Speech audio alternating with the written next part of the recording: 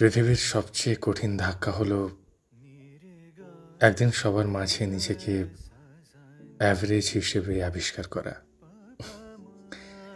জীবনের উপন্যাসে টপারদের এলিট গল্পতেও আমি নেই, ব্যাকবেঞ্চার্সদের রূপকথাতেও আমি নেই।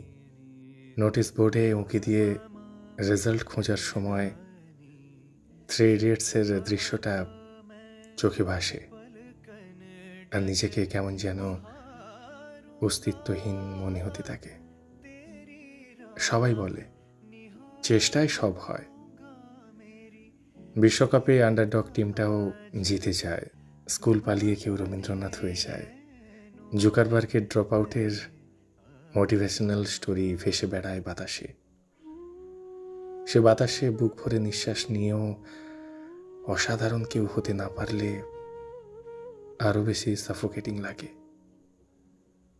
অ্যাভারেজ মানুষটা একদম যে নিঃশেষ হয়ে যায় তাও কিন্তু না।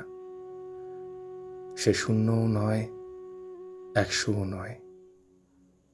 সে এমন এক সংখ্যা যার জন্য কেউ উচ্ছ্বসিত হয় না, যারে পৃথিবী প্রতিনিয়ত 100 হওয়ার স্বপ্ন দেখায়, কিন্তু মিডিওক্রিটির ভার কাঁধে নিয়ে সে আর ছুটতে পারে না। মাঝে মাঝে মনে হয় একদম শূন্য হয়ে বাতিলের খাতায় চলে গেলে হয়তো জীবন নিয়ে কোনো রকম উচ্চাশা থাকতো না। কিন্তু পাহাড়ের চূড়া আর মাটির ঠিক মাঝামাঝি জায়গায় দাঁড়িয়ে কখনো উপরে আর কখনো নিচের দিকে অসহায়ের মতো তাকিয়ে থেকে জীবন কিংবা ভাগ্য বদলে দেওয়ার মিরাকেল আশা করতে থাকায় কারো কারো নিয়তি।